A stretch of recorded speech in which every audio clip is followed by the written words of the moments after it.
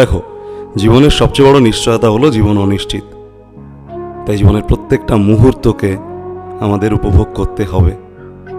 আগামীকাল কি হবে সেই কথা ভেবে তুমি যদি আজকের দিনটা নষ্ট করো, তাহলে লসটা তোমারই।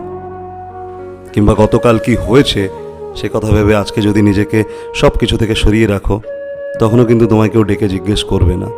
বিশ্বাস করো, তুমি যদি মনের দুঃখে অভিমানে নিজেকে ঘরের এক কোণে বন্ধ করে রাখো, কারোর কিচ্ছু আসে যায় না। তোমার মুখের হাসি, তোমার মনের শান্তি, সব কিছুর দায়িত্ব আজ থেকে তোমাকেই নিতে হবে। কারণ দেখো, আগামীকাল শ্বাসটুকু চলবে কিনা সে কথা তুমি নিজেও জানো না।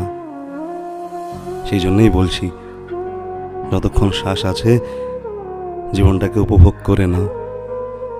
হতেই পারে এটাই তোমার শেষ সুযোগ, বুঝলে?